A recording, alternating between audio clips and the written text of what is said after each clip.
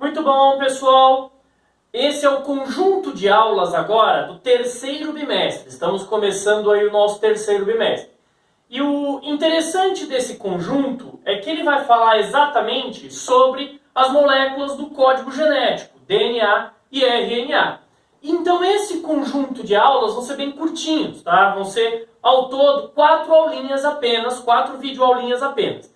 Beleza? Então vamos nos preparar aí para a nossa aula. Até mais!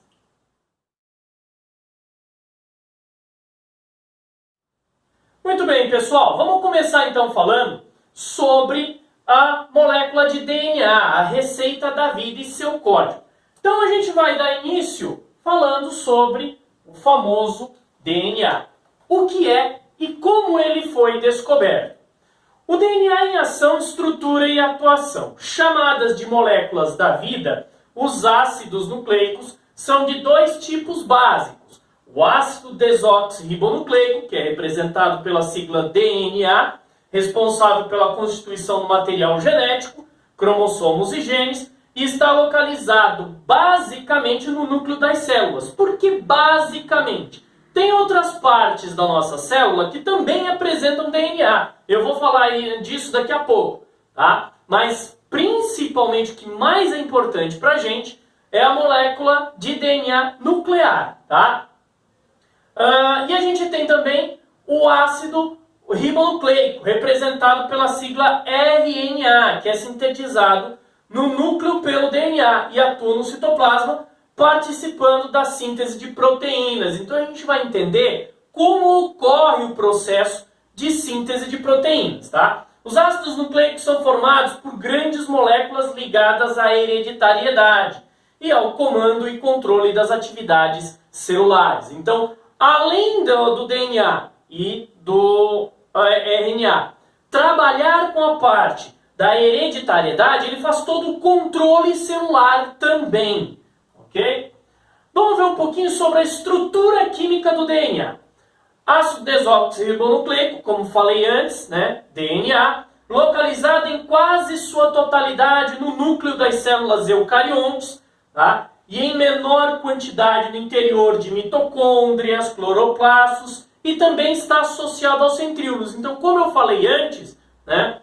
O DNA aí não está totalmente encerrado no núcleo. A gente pode encontrar também na mitocôndria, no cloroplasto, né, no caso de células vegetais, e ele está associado com a produção de centríolos também. Nas células procarióticas, ou aquelas células mais simples, que tem como é o caso das bactérias, os cromossomos circulares são dispersos no citoplasma e são constituídos por DNA. Então, o DNA das bactérias é um cromossomo circular, tá? E é esse único cromossomo circular que está completamente solto no seu citoplasma, é responsável aí não só pela parte da reprodução, mas também pela parte aí do controle celular. Vamos entender um pouquinho aí das características básicas dessa molécula. Então vamos lá. DNA. Vamos falar um pouquinho sobre ela.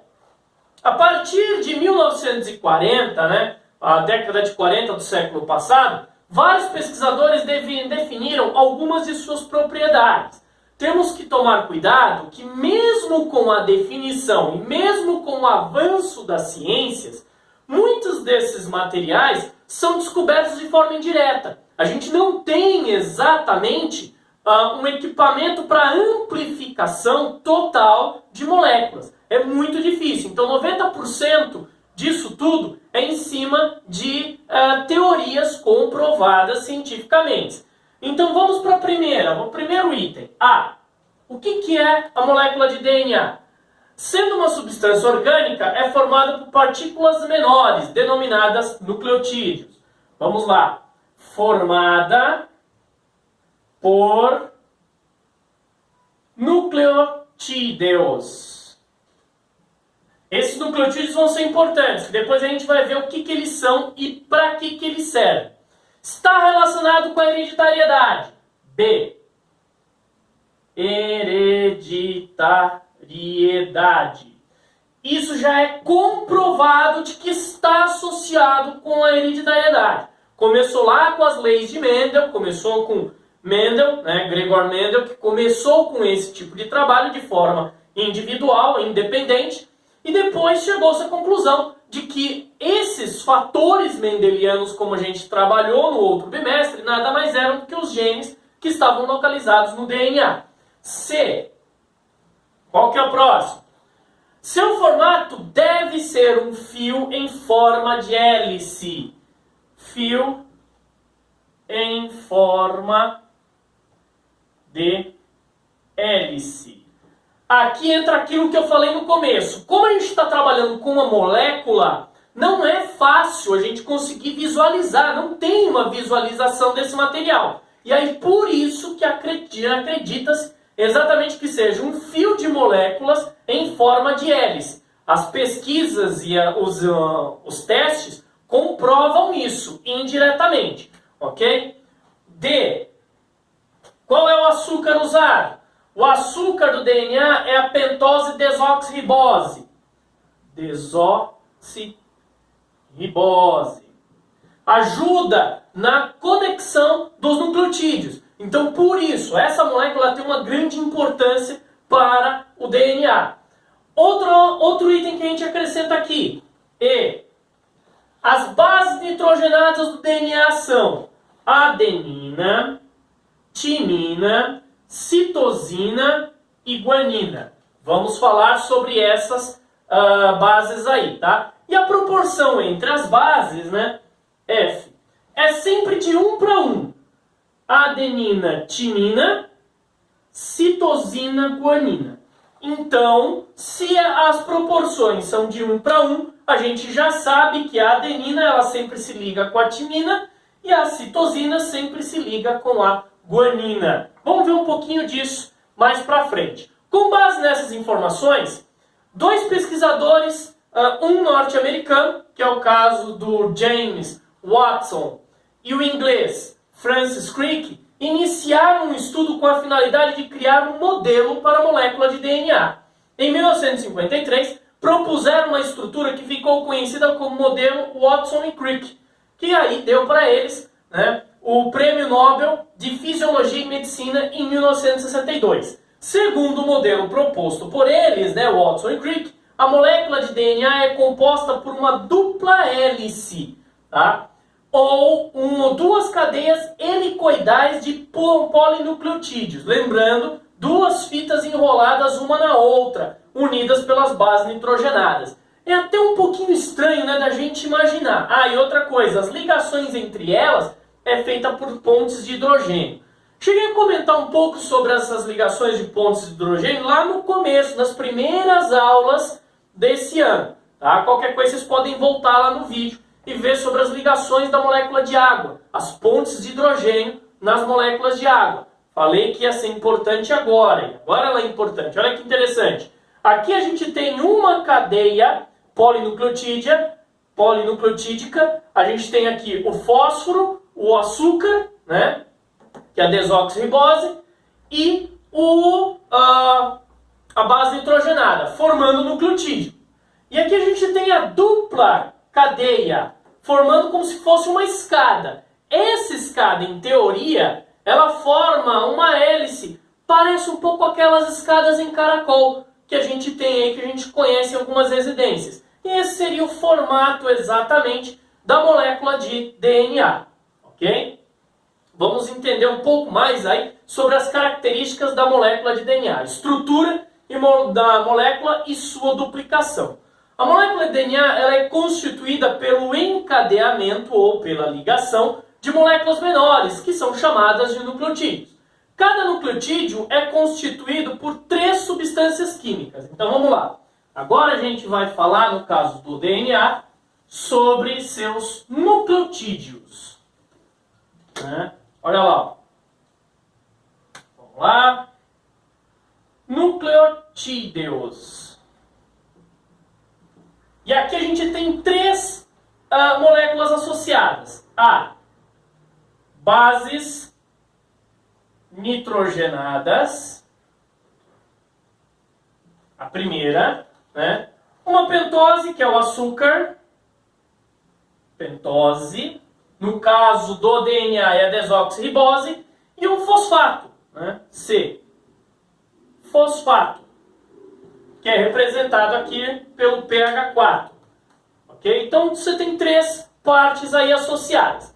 O açúcar é sempre o mesmo. Como a gente está falando de DNA, é sempre o mesmo, desoxirribose.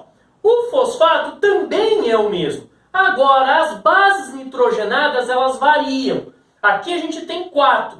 Adenina, timina, citosina e guanina. E pertencem a 2 categorias distintas. A adenina e a guanina, por derivar de uma substância denominada purina, recebem o nome de bases purínicas, vamos dizer assim. Púricas ou purínicas. Já a citosina e a guanina derivam de uma substância denominada purinidina e recebem o nome de bases purinídicas. E aqui a gente tem, ó, purínicas, purinídicas. Então a gente tem a adenina e a guanina, citosina e a timina, que são as bases aí diferenciadas. A molécula de DNA ela é descrita como uma dupla hélice e que as proporções entre as bases adenina e timina é sempre de 1 para 1.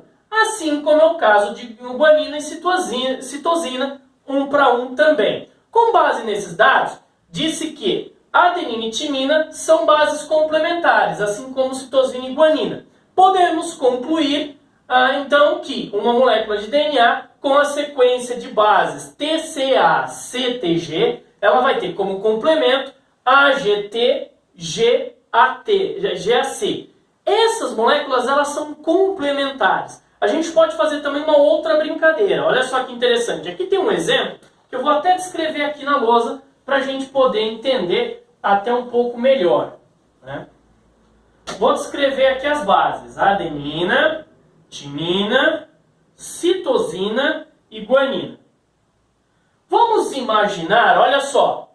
Se o DNA de uma célula tem 15% de guanina, olha só, 15% de guanina. A gente sabe que o total sendo trabalhado é sempre 100%. Então, já com esse dado, eu já consigo começar a fazer meus cálculos.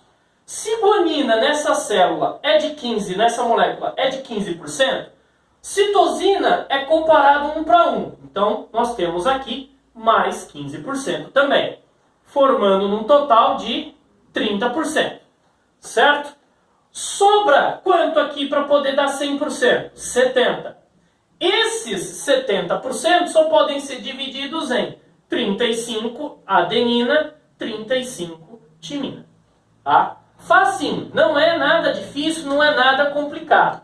Isso a gente imaginando na complementação de uma molécula com a outra. Agora, a duplicação do DNA. Com a presença da matéria-prima, que são os nucleotídeos, e da enzima polimerase, a molécula de DNA se duplica, produzindo réplicas de si mesma.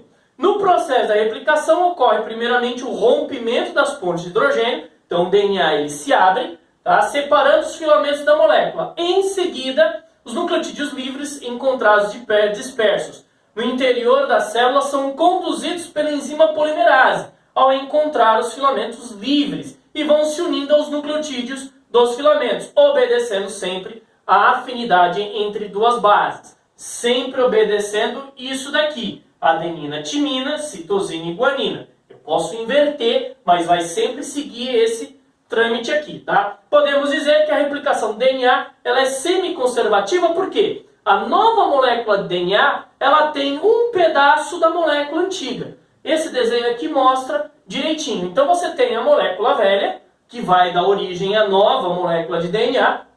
Nós temos uma topoisomerase que tira essa formação em hélice, deixando ela reta, ela retilínea. E então entra a helicase, que rompe a molécula de DNA, abrindo as duas fitas. Você tem aqui a primase, que ela dá início ao processo de ligação dos nucleotídeos. Esses nucleotídeos vão se fixando e a gente tem a DNA polimerase, que vai formando a nova cadeia de DNA. Tá? Então você percebe que a cadeia de DNA original ela deixa metade para cada uma das duas novas cadeias que são originadas. Por isso que é chamada de semi-conservativa. Eu tenho metade da nova cadeia de DNA com a cadeia de DNA velha, usando a cadeia de DNA velha. Beleza, pessoal? Bom, é isso. Nossa próxima aula a gente vai falar um pouquinho sobre RNA. Valeu, galera!